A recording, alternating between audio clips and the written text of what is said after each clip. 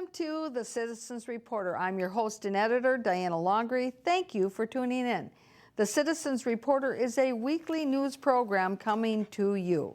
Now, to help me with this week's news program is one of our regular citizen reporters, Mr. Mark Bradley. Thank you, Mr. Bradley, for being here. Thank you for having me.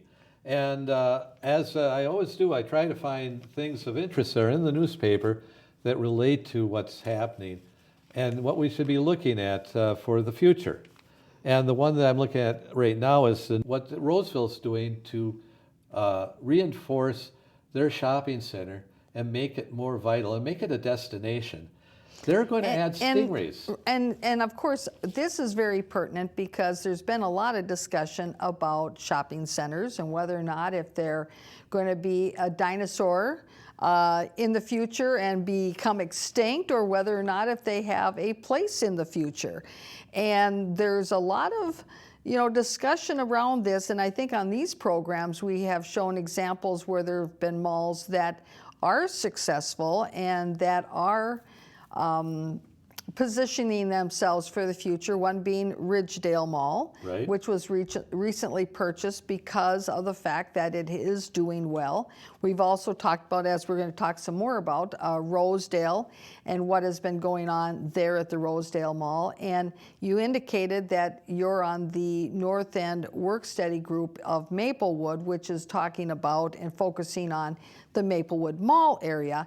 And there's really a contrast between what is going on at the Rosedale Mall and even Ridgedale Mall versus what's happening at the Maplewood Mall. Right. And during this whole time that you have been on the North End Working Group discussing the future of the Maplewood development area, have they once said, let's take a look at Ridgedale Mall or Rosedale Mall and see what efforts that they have employed and what they're talking about to make their area viable and viable today?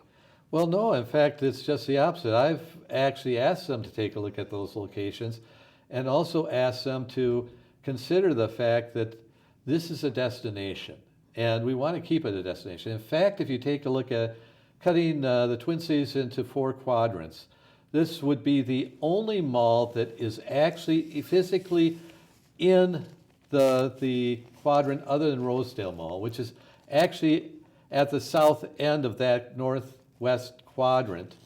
Right, northeast quadrant. Right, and I think your point is well taken, is that, the Maplewood Mall, it serves more of the northeast metro area of that area that is bounded by 35E on the west, right, and of 94 on the south. So right, that is the one big regional mall that there is within that quadrant. right. And it does serve quite a large area. And a little later on, we'll actually show that trade area map so that people can see the trade area that we're talking about that's served by the Maplewood Mall.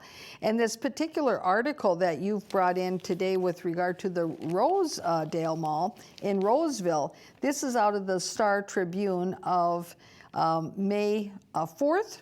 And you're talking about stingrays. So go ahead, tell us more about what does this mean, that stingrays and more in Roseville at the Rosedale Mall. What exactly is this, a restaurant? Is this going to be a sports group, or what are the stingrays going to be? Actually, it's going to be a kind of area where the kids can put their hands in and take and pet the fish that are in there. It's going to be a kind of aquarium. So it's not a sports group. Nope. And it's not a restaurant. It's actually a family-friendly entertainment that can draw families to the mall. Well, now, isn't that a novel idea, that you actually have something located in your mall that is going to be attractive to families? And gee, then maybe those families might spend more money when they go to the mall because they've brought the whole entire family, and you're not just focusing on single shopper individuals going to the mall. Right. Well, isn't that interesting? And then, and this is going to my Northeast Working. The North End Work Group? Right. Mm-hmm. And it is with the North End Working Group is that they have an actual plan that if you go to their internet site, they'll show you what their plan is. And it's so outlandish and ridiculous, I have to mention it today because of by the time this is watched, it'll be too late to go to the Ramsey County Library to see it for yourself. Right, because there's going to be an open house on Wednesday. Now, Mr. Bradley, you're going to be there as Yes. a representative, a resident, Maplewood resident representative on that work group. And we will certainly have our cameras there for a short period of time to get some film footage so that we can provide that coverage in our follow-up program next week to let viewers know, well, was it attended? You know, what did they talk about, and have more in-depth details on that. But I think it's still good to talk about these this plan that they are now presenting to the public as the big master plan for the Maplewood Mall area. And I understand that this first part that you're looking at and talking about is phase one only, that Right. there's several other phases involved in all of this master plan. But the first phase is focused along Beam Avenue. And yet, some of the shopping areas along Beam Avenue that they have slated for demolition on this map are businesses that are currently in business, that they do a thriving business, and I don't believe that they had any of their representatives at these meetings at all. So for instance, the little restaurant along Beam Avenue that's in that one shopping mall area there along Beam Avenue. The restaurant's called Bamboo. It's been there since before I was mayor back in 2006, and it has done a thriving business. It continues to do a thriving business. They actually even opened up a second restaurant, Bamboo Restaurant, in Woodbury. Right. And yet here they are slated on this map to be eliminated and replaced with a hotel. And yet the city of Maplewood also doesn't answer the question as to who is going to move them, who's got the money to move them and to eliminate them. And yet this map sends a signal to them that they are not welcome in Maplewood, because Maplewood would rather see a hotel there than see their restaurant. Well, you know, the things that I'd like to point out to the public right now is the fact that, number one, this isn't a plan that the Maplewood Mall came to the city and said, we are having problems, let's try to figure out something for ourselves. I've actually tried to get them to discuss the issues of, is Maplewood Mall successful or not, through the question of what is the tax base we are receiving from Maplewood Mall, but also all of its strip mall members that are around it, because there's actually 5 or 6 other units that are large and require quite a bit of taxation on them. Right. So if you start to deconstruct Maplewood Mall, you are actually reducing it as a destination, which means that all the other malls around it also are going to lose some of their value.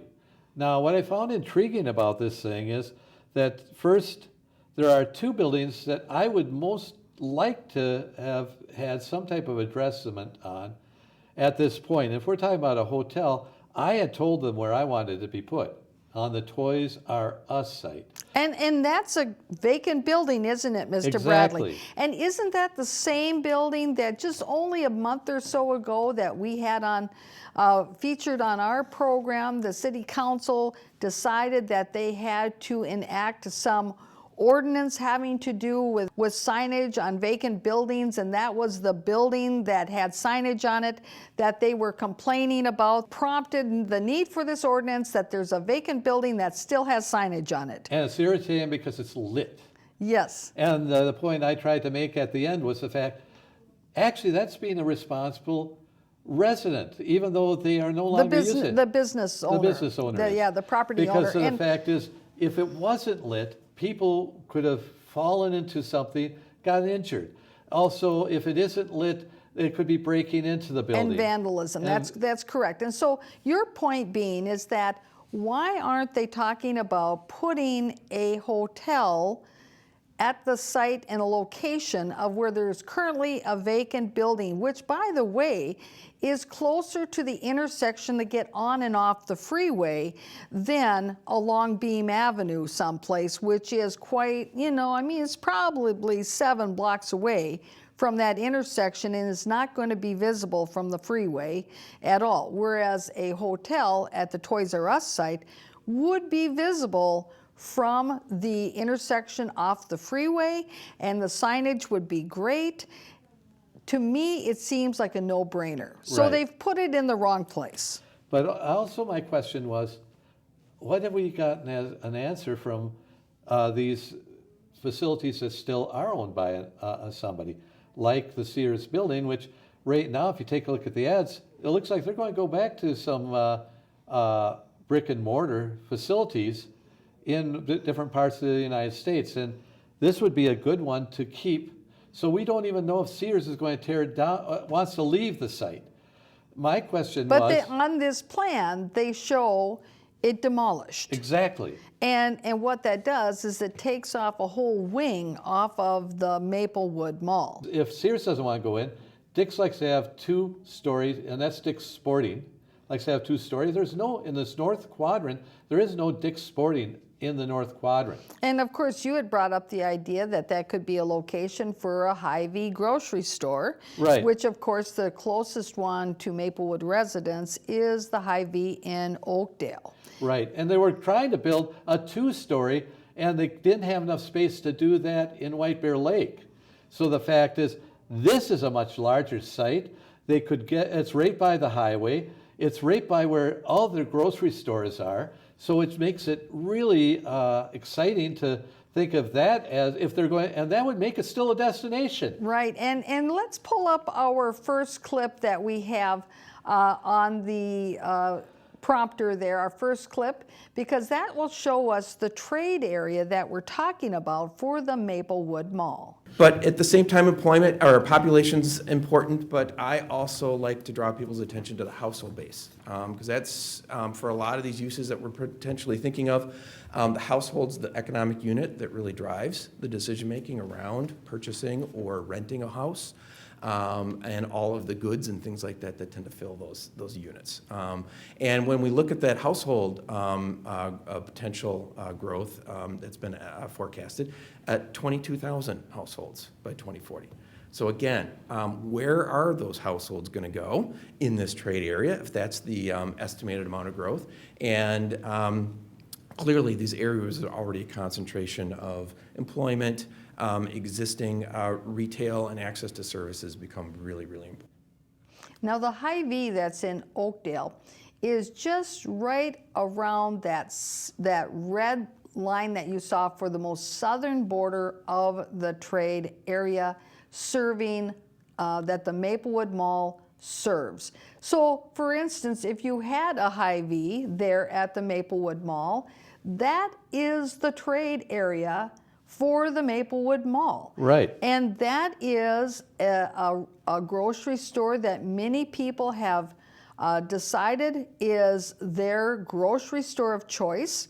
Not only do they have a grocery store, but they have, their liquor store, but they also have a very nice restaurant associated with their grocery store. And that model has worked out very well for them and has been very well received wherever the Hy-Vee store has gone into in the metropolitan area here in the last few years. And so that would be a good addition to the Maplewood Mall area. It would serve the people of Maplewood, and it would also provide more competition in the grocery store market here in Maplewood. And if you think about it, this is a point I'd like to make, is if all these people are coming to shop at Hy-Vee, when they leave there, if they're not eating in the store itself, all the restaurants around that store would also be looking at that they're going to get an increase in clientele that's Right. going to come into their units as well. Because oftentimes, and this is part of what I think grocery stores have found, and that's why you've seen an expansion of their deli sections and their section where they have prepared food already, is that oftentimes people, when they go grocery shopping, it's at the end of the day when they're tired out, but they know they have to go grocery shopping, but they don't necessarily feel like when they get home with all their groceries that they want to start then cooking. Right. And so what they do is they have that add-on purchase. That add-on purchase is the takeout, is the deli food, is that meal that they're going to eat that night after they've gone grocery shopping, because they don't feel like actually shopping that night after having worked all day and then gone grocery shopping. And so your idea that having a Hy-Vee grocery store there would be of a benefit to the other restaurants around, I think is a very valid one, because they all have takeout. And so whether or not, if they've decided that, well, maybe they're not going to do, the takeout there at Hy-Vee or their deli food that's prepared, they might say, well, right across the street is Chili's. You know what? I think I want to get their X, Y, or Z, because that would be a great takeout to take home instead. Or the fast food chicken place, or whatever. And it would build upon people's patterns of shopping. And that is one thing that I found was very absent from the discussions at the North End working group meetings, is that they didn't talk at all about shopping trends, about shopping behaviors, about synergy in retail centers, on how you can maximize that spending of discretionary income that people have when they come to a shopping area that is a destination that has that whole gamut of retail shopping, from restaurants to retail shopping to liquor stores to other services. And the one thing I'd like to point out, I found it kind of surprising. This is a group that's very slapdash, as far as I'm concerned. The people that are doing the design, the engineers, and also the city planners, because they're both totally ignorant of anything, as far as I'm concerned. That's my belief on it, because the fact is, what is one of the most popular hamburger restaurants you can name? Well, I think there's quite a few. But what's the most I'd say the most popular. I think probably the one with the greatest name recognition probably would be McDonald's. With the golden arches. And I found it intriguing when I looked at this plan that they do show Olive Garden. They do show Jake's, which happens to be this restaurant that's gone through transition 3 times so far.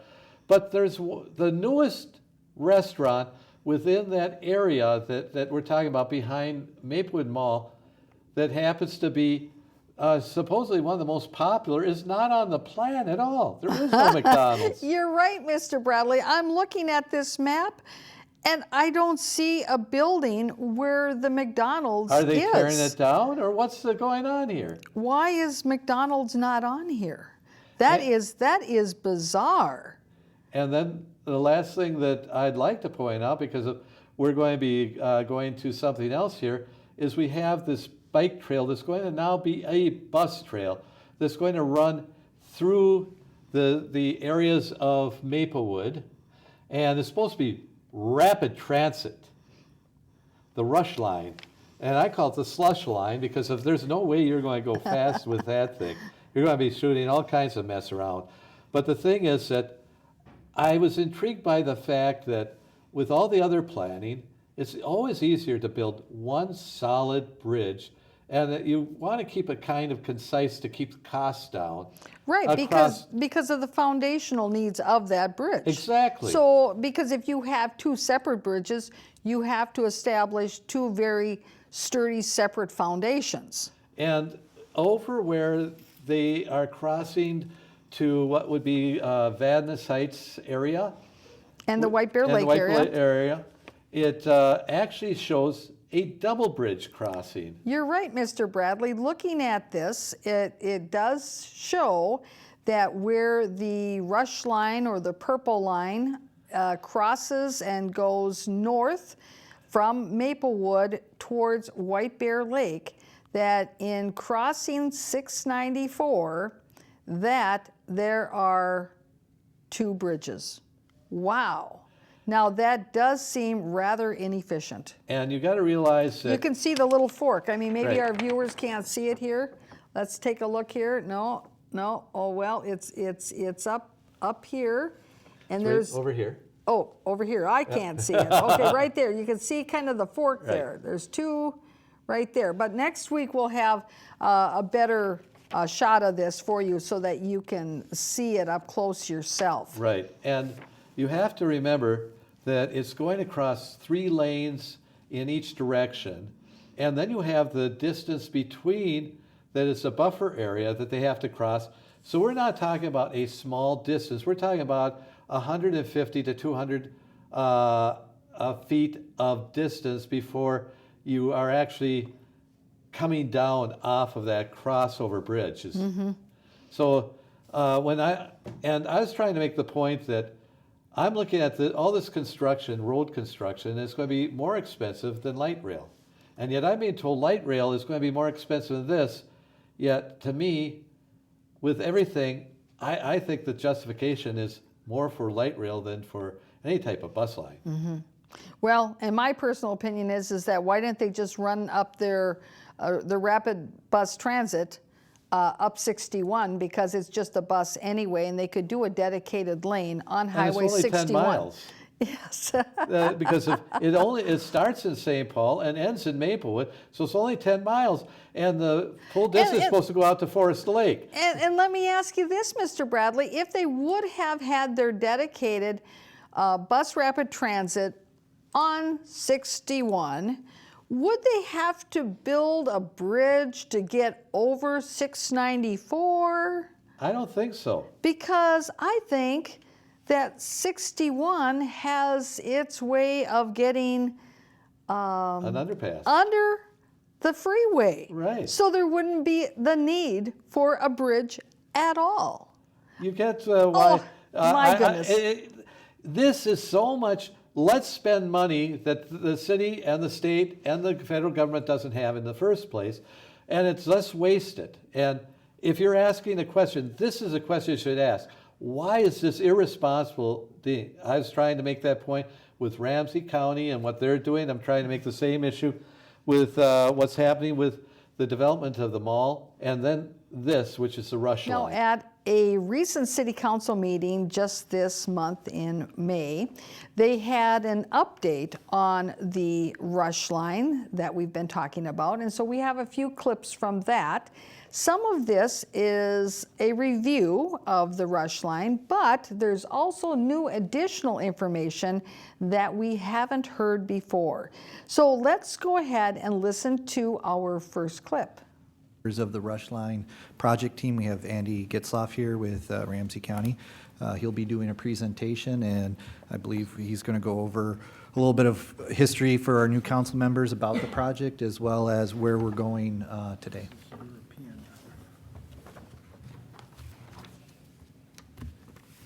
Welcome, Mr. Gitzloff. It's good to Welcome. see you again. Yes, great to see you as well, Mayor, Council. It's great to be back. As Steve said, just wanted to use tonight to provide an update on where the project is at right now. There's always a lot of moving parts with projects like this, so it's a good point to take a pause and hear input from council, and then go back and make any adjustments if needed. I will note that with me tonight is Jeannie Witzig. She is the consultant project manager with her area of expertise in the environmental in particular. So have her with as well for an opportunity to dialogue with you and answer questions as needed.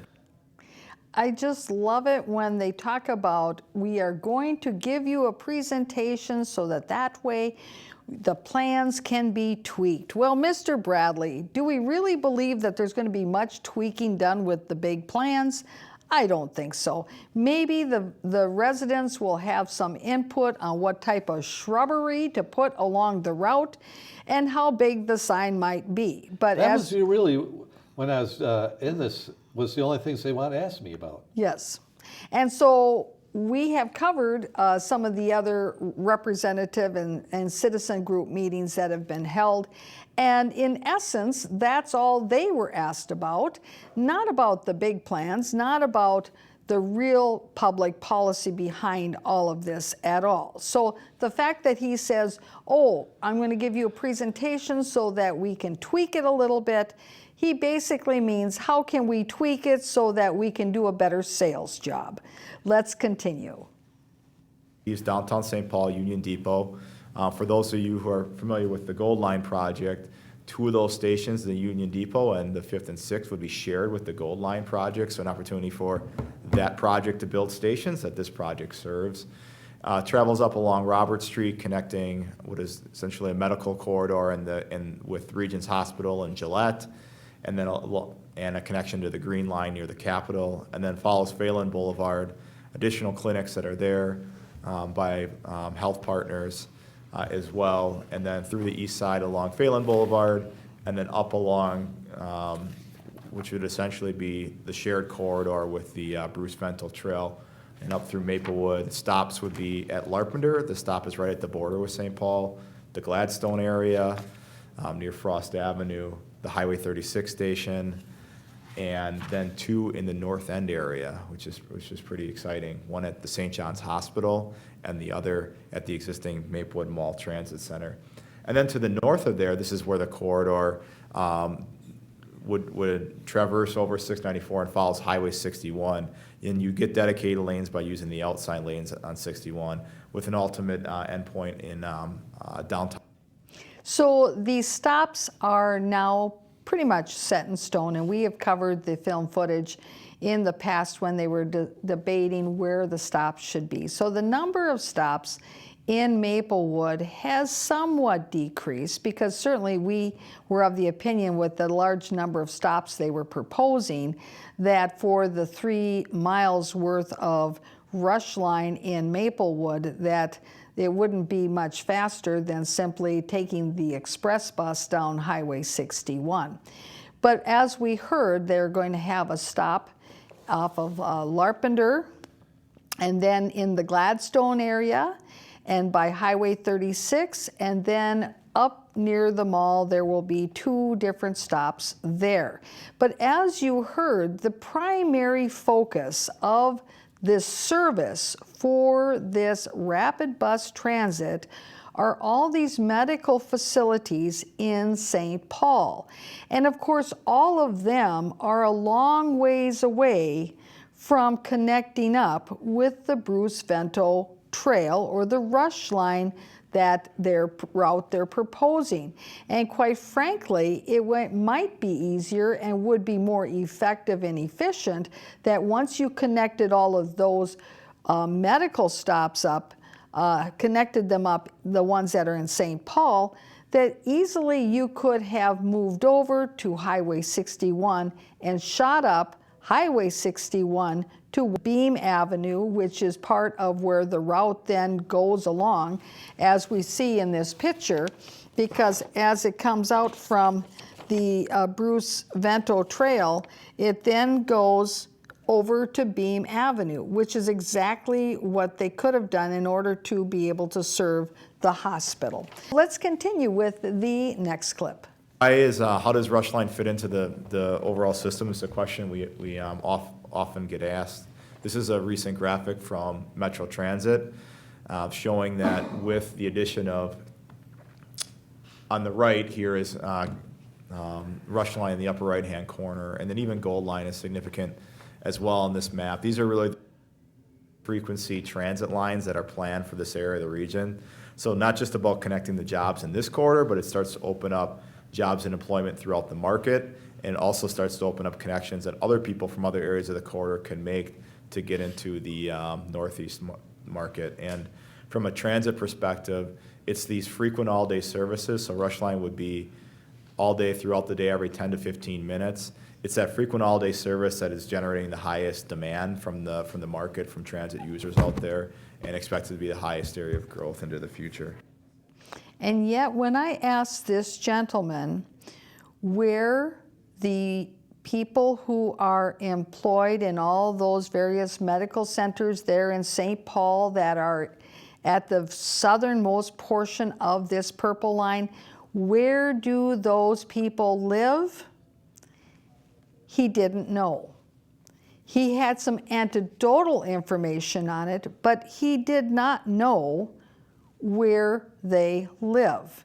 Now, this supposes that they all live in Maplewood someplace or in White Bear Lake. However, I asked them if the number of employees in those facilities in St. Paul, if there was a substantial number of them who lived in Maplewood or in White Bear Lake. He really could not answer that question. He did not know. And yet here he is making that inference and implying in his presentation that somehow this purple line is connecting up the people who work at those facilities on the south end of the purple line. It is connecting them up with where they live in White Bear Lake or Maplewood with where they work. And I don't think that's true. What bothers me about the whole thing is that the one that they said, one of the stops was Gladstone. Now, I do believe that Gladstone was a great city and should be a great city, but the fact Well, is... it's actually a neighborhood now because it's part of Maplewood. You're right, but I wanted to make the point that what made it so strong as a central core area for people to get there was it had a 4-lane roadway that was called Frost. You're right, it was a major traffic thoroughfare. And now it's still going to be there, but they're going to narrow the road. They're going to have it so that there are only a single lane going and coming. There's going to be a median that is going to, well, certainly have trees on it, so it'll look more like, you know, a parkway, but it's not there to facilitate people coming to a major bus rapid transit stop. Well, they've got to have It's not- 10-story apartment complexes all around it, don't they? Well, they will, because remember, they have changed the density in the Gladstone neighborhood at the intersection of Frost and English from 26 units per acre to 50 units per acre. So they certainly intend that there's going to be a lot of high-density housing. But that high-density housing comes with a lot of people and a lot of vehicles. And so even though you think you're going to put a stop there for bus rapid transit, it doesn't mean that not every single person in all of those units might not want a car. And now you've narrowed Frost Avenue so that it can't handle the traffic of the influx of population that you have dumped into that neighborhood. Well, let's continue. Example of what a station could look like. This is from the Orange Line, which is another corridor being planned out to Burnsville.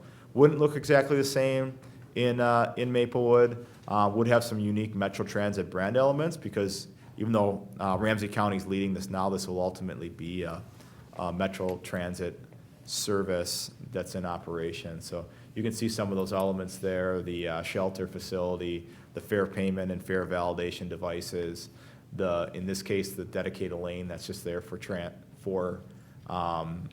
transit as well. And what that dedicated lane allows you to do is the bus becomes much more reliable service, doesn't get stuck in traffic, and improve the overall performance.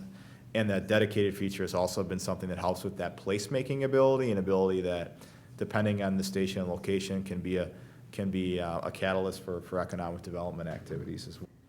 He says can be a catalyst for it. Doesn't mean it will be. But let's pull that picture back up and let's find out why we should be excited about this bus rapid transit and the stations and the amenities that we're going to be entitled to as a result of having a bus rapid transit. So let's take a look at that. We are going to be excited that they have departure signs. Now keep in mind it says real time, and so that means that they're going to be digital, so they're going to keep you up to date as to the actual times. Let's pull it back.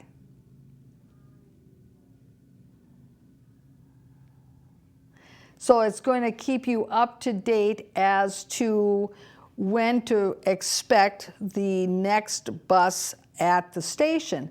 However, in other communities where I have used buses and rapid bus transit and even light rail, did you know you can actually just get an app on your phone that gives you all that same information that you can track right there on your phone, same purpose. So while it's nice they're going to have the signs there, it's not like it's a big deal. Now let's take a look at what else we're excited about. Oh my gosh, they're going to have a map. That's amazing. You know, I think at many of the bus stops, they have maps. They're going to have a bench so you can sit while you're waiting for the bus. Well, now that's an exciting feature. You know, that's going to be an upgrade. There's going to be heat. Well, many of the bus station the bus stops for many of the major areas have heat. They're going to be lit. Oh, there will be bike racks and trash and recycling bins. Oh, Mr. Bradley, I am so happy they're going to have recycling bins there at these stations. And wow. I've been to at these. My biggest question is, when I've been downtown St. Paul, and they used to have trash containers by them and other things. Well, let's continue with our next clip.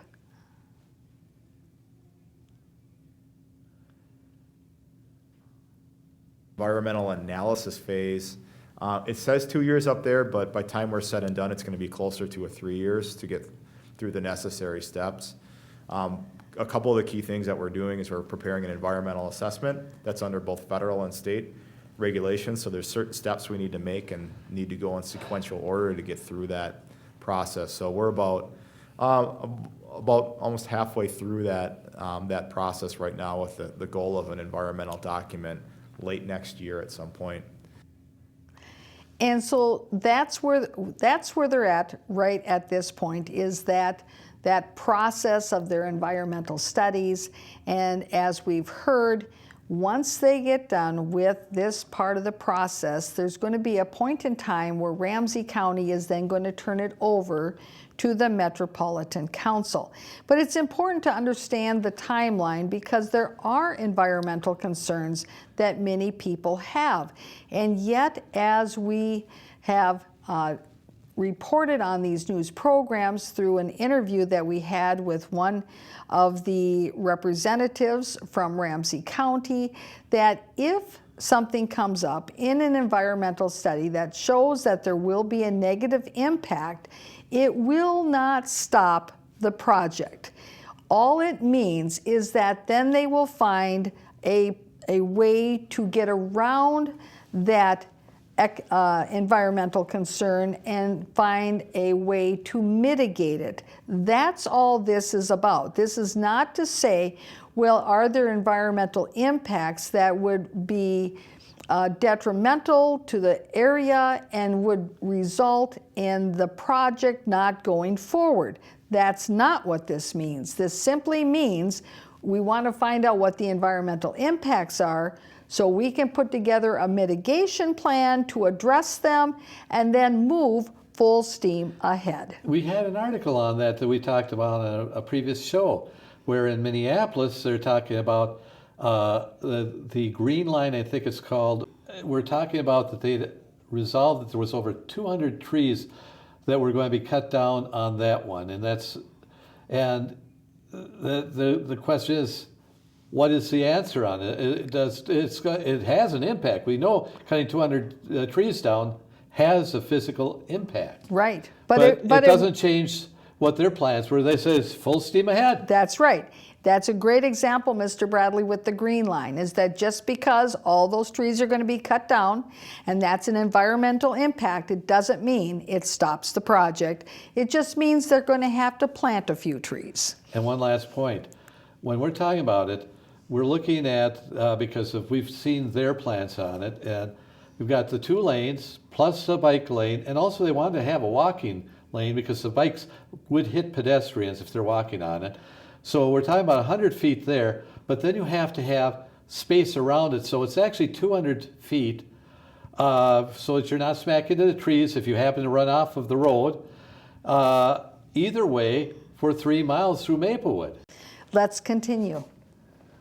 To make on here is that although Ramsey County leads these early phases, after this phase, we would transition to Met Council, and Met Council becomes the lead, and essentially we become in the county is in the driver's seat as well as, or moves over the passenger seat and council in the driver's seat. So it's very important that we're following all these steps and making sure that when we hand off the project, it's a smooth transition and the project's pretty well defined from all the stakeholders and what we all expect to get out of it. He acknowledges that once it's handed over to the Metropolitan Council, that Ramsey County will be in the passenger seat, meaning that they really won't have any ability to impact the project with regard to the public policy and how it moves forward, that they're just along for the ride. And some would argue that even though they claim that they are the driver of this at this point, that they're still only just along for the ride, that this is indeed an initiative and is driven by the public policy of the Metropolitan Council and by nobody else. Let's continue. Structure, Ramsey County is the lead, but there's a number of advisory committees that help to inform the decision-making. The lightly shaded purple on the bottom, those are those station planning working groups, which were a little more ad hoc and formal, providing advice along the way about station location, and we expect to go back to those at a point in the process too. I find it ironic, Mr. Bradley, that he's talking about the advisory groups, the light purple that he indicated on his map there. We reported on one such group that from Maplewood, where they were supposedly supposed to be involved in the selection of the site locations for the locations of the stations in Maplewood. And the representative that currently serves on the Maplewood Historical Preservation Commission, he reported back to his commission, and we had that film footage here. His report is that he came to those meetings with the understanding that he would be giving input into the station locations, but came away with the feeling that in essence they were just being told where the stations were going to be. So here we have the Ramsey County representative putting out the storyline to the Maplewood Council that, oh, these resident groups and these advisory groups, they're the ones that came up with all this information on where these locations should be located for the stations, when in reality, we had the report from one of those individuals indicating that they really didn't have that input at all, that they were just told where they were going to be, where these stations were going to be, and just asked for the big rubber stamp approval. And so that is the value of actually watching the specific individual grassroots meetings and then comparing that to then what the talking heads say when they're giving their reports. Sometimes they're two very different things. And because I was part of one of those groups, I have to put in that I made 3 meetings out of, I think they said there was supposed to be 14 or 16 meetings. They canceled one, so I didn't make that one. And I was going to make this one here, and this is the one that's coming up. I will be making it. And they're but- calling that an open house, so Right. it's not really a meeting of your work group at all. It's just an open house where the work group members will be there, but they're inviting the public, correct? Correct. In fact, one of the things, I'll say this on TV, one of the things I had made perfectly clear was that I was really looking at doing something to make Maplewood Mall a central core area to bring people back into. I have a $20,000 baby grant that I wanted to give to the mall so that we would have it as a destination where, you know, maybe we'd have concerts or have school activities there or something that would bring people into the mall for any reason. And yet, I have not had any chance to put any of those reasons to save the mall. Which I feel Any of those is proposals. right. To that one question, how much do we lose by tearing up the mall and not making it a destination anymore? How many other shopping areas around it are lost at the same time, and tax space that's totally shriveled out here? It seems like it's undercutting the mall, not just the mall, the whole city. Right, right. Well, let's continue with our film footage. The advisory committee, and that's, it's elected officials from the cities and counties. Mayor Abrams has taken over the baton on that transition as the PAC rep for Maplewood. But it also, and Victoria Reinhardt is the Ramsey County representative on that. But this also includes business representatives from the chambers and education, as well as some nonprofit representation to make sure that all those perspectives are brought into the decision-making process. The Policy Advisory Committee. Okay, so it has our appointed Mayor Marley Abrams on there. Victoria Reinhardt, County Commissioner, is on this committee. And then they said something very interesting, Mr. Bradley. They said business representatives from the local chambers. Now, Maplewood does not have a chamber of commerce. So who is representing Maplewood from the business community on this policy committee if the business representatives are from the local chambers? Certainly White Bear Lake, they have a business chamber, so does Oakdale, so does St. Paul, but Maplewood does not. So he doesn't address that, and certainly the council members do not point that out either or have that question. Let's continue with our next clip. So that's the background. Just next, I wanted to jump right into the visioning framework. So this is a task that we're doing specifically for the portion of the corridor where it's co-located with Bruce Vento Trail. So it's about 6 miles of the overall corridor outlined in yellow there.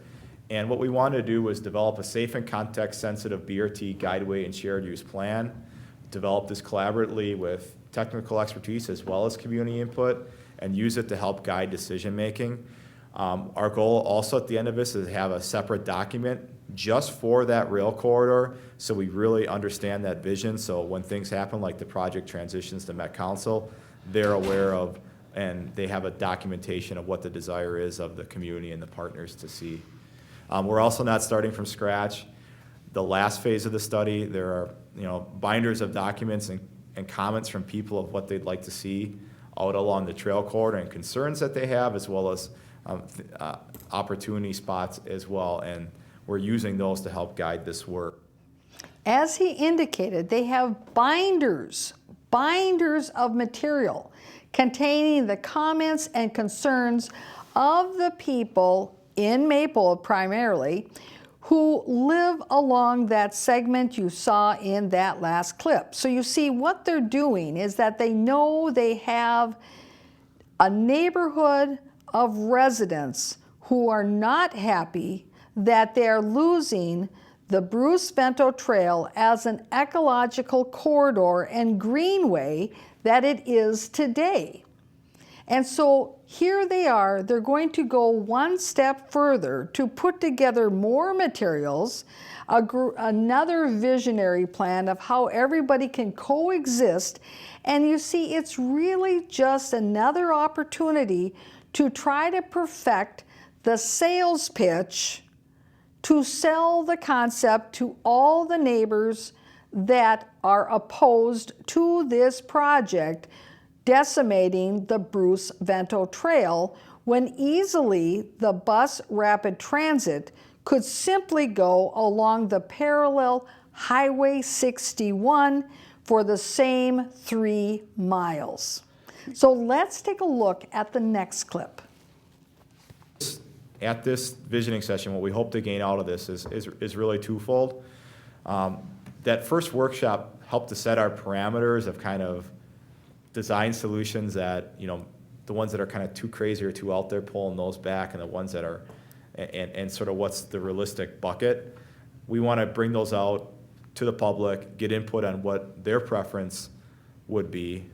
And then we also want to use this as an opportunity to have our plan sets, our most current plan sets out there, so that if a resident wants to talk about, okay, here's my property, here it is, what does it look like? We may not have all the answers right away, but we're at least giving them the point of contact to talk with and giving them what would be the next steps in that process. So with this plan, our goal would be have that document around the fall timeframe in a final format to. We're going to let the people who are along that part of the route, who are going to have this bus rapid transit destroy the Bruce Vento Trail that's in their backyard, we're going to give them the number and the contact information for the person who's going to guide them through this traumatic, emotional event. So that way they'll leave their pitchforks at home when they come to the meeting. Well, you see, as I indicated, sure, they're going to try to come up with some ideas, and that if somebody brings up the issue that all of the water coming off of these new impervious spaces are going to flood out their backyard, that Ramsey County or the Met Council, that they'll work up some kind of plan to address those water pooling areas in those people's backyards. However, it's going to be just only to address those folks who raise the concern. Those folks who may not be as informed about what's going on, or who aren't as vocal, or who don't feel comfortable objecting and opposing the government, they, of course, will be left by the wayside, and they will have the pooling water in their backyards instead. Well, let's continue with the next clip as he addresses Weaver School. Is Weaver Elementary. Weaver Elementary near County Road C? B, thank you. All right, that's why I asked that. We've, from the beginning of this phase, been very cognizant that there's an elementary school that's next to where the Bruce Vento Trail and the rail right-of-way is, and we wanted to engage and coordinate with them early. So we've met with the superintendent, or not the superintendent, the operations manager for the school district and the principal a few times, talking through, you know, what does it mean to have a BRT out there? How do we engage and talk to others at the school? So since then, we've participated in the Spring Carnival and in Parent Information Night. I'd say for the most part, people are, the biggest concerns we have is the trail going away, and I heard it's going to be light rail. So trail's not going away, and it's going to be bus rapid transit. So a lot of just being there and having these conversations, we're able to address concerns off the. And of course, he's very dismissive about that whole objection about, well, the trail's going away. Oh no, the trail's not going away. Well, sure, they're going to have a little trail alongside their bus rapid transit route, but the whole Bruce Vento Trail is going to be basically monopolized by the bus rapid trail lanes, which are going to be separate and distinct, and the trail is just going to be a secondary afterthought to the whole affair. And so here is the first time that they have actually talked about the possible impacts on the elementary school that's on this route. And after we've gone so far, this is the first we hear of this. Let's continue. Using tools such as visualization to help us show what it could look like. And I've got a couple of those right here as well. So one thing unique about Weaver Elementary is there's a trail that cuts through out to English Street, and it crosses the Bruce Vento Trail. This is one, proximity to the school, not wanting to cause a conflict point here. The direction has gone to grade separate this one. And we want to show what that could look like. So we put a couple concepts here. The trail goes under, the BRT guideway goes above. There's a natural berm that helps with being able to do this. This is, and Weaver Elementary is in the background. And that's a 45-degree wing wall. This is a view looking directly under that. I'm trying to avoid that kind of tunneling effect as much as we can through this. So you see, there's a path that is an established path that students walk on. And so the issue is that how are they going to safely cross the bus rapid transit when it's put in place? Oh, Mr. Bradley, they're going to build another bridge. Yes. Now, the one thing I did notice is they said that they're going to still keep the bike path or the walking path, which was the original Bruce Vento Trail. Also, you take a look at that picture one more time. There is, and it's a very tight roadway, and buses have to have clearance between them. They certainly did not show how they were going to split them apart at that intersection. I suspect that they're going to have the pedestrian and bike lane stay on the ground level and continue underneath and parallel to where the rapid bus transit is going up and over, so that it will be split from the bridge. So let's continue with the next visualization.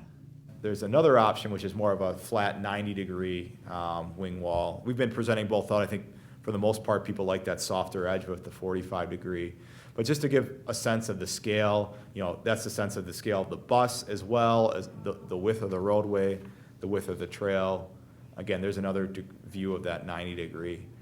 And then since this tool, we haven't used it everywhere, but the areas we have used it can be really effective. The school had asked us, well, what will it look like from the school? So we did the rendering from essentially, this is the edge of the blacktop. This is what you'd see from there with off in the distance the trail and the bridge. Okay, so off in the distance, you can't hardly see it, and yet that isn't to scale. If anybody has been over there by Weaver and you know this particular area, that makes it seem a little bit further off in the distance than it truly is. So do we have one last clip? And we have one last clip, so let's take a look at that before we end our program. We also did a visualization for County Road B intersection, but this could be any number of intersections along the corridor. Again, you'll see that this, the bus would be heading southbound at this location.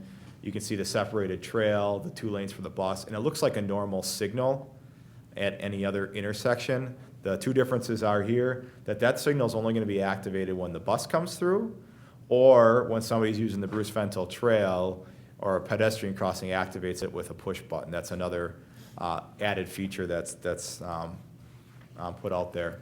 And then the other thing would be signage. This is very similar. U of M's got the bus guideway between the 2 campuses. This is similar to what it looks like. You have the do not enter sign and a no turn sign and busway signage along there.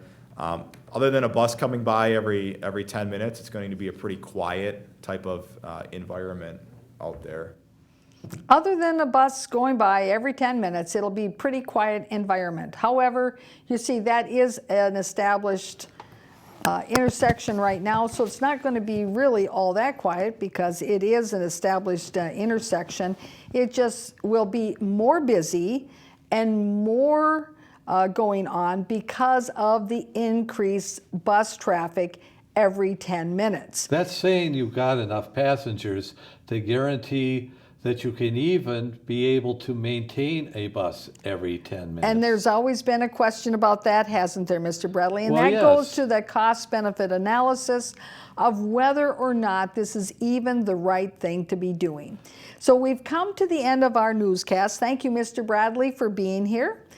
And viewers, Thank you for tuning in. We'll be back next week with more news. See you then. Bye-bye.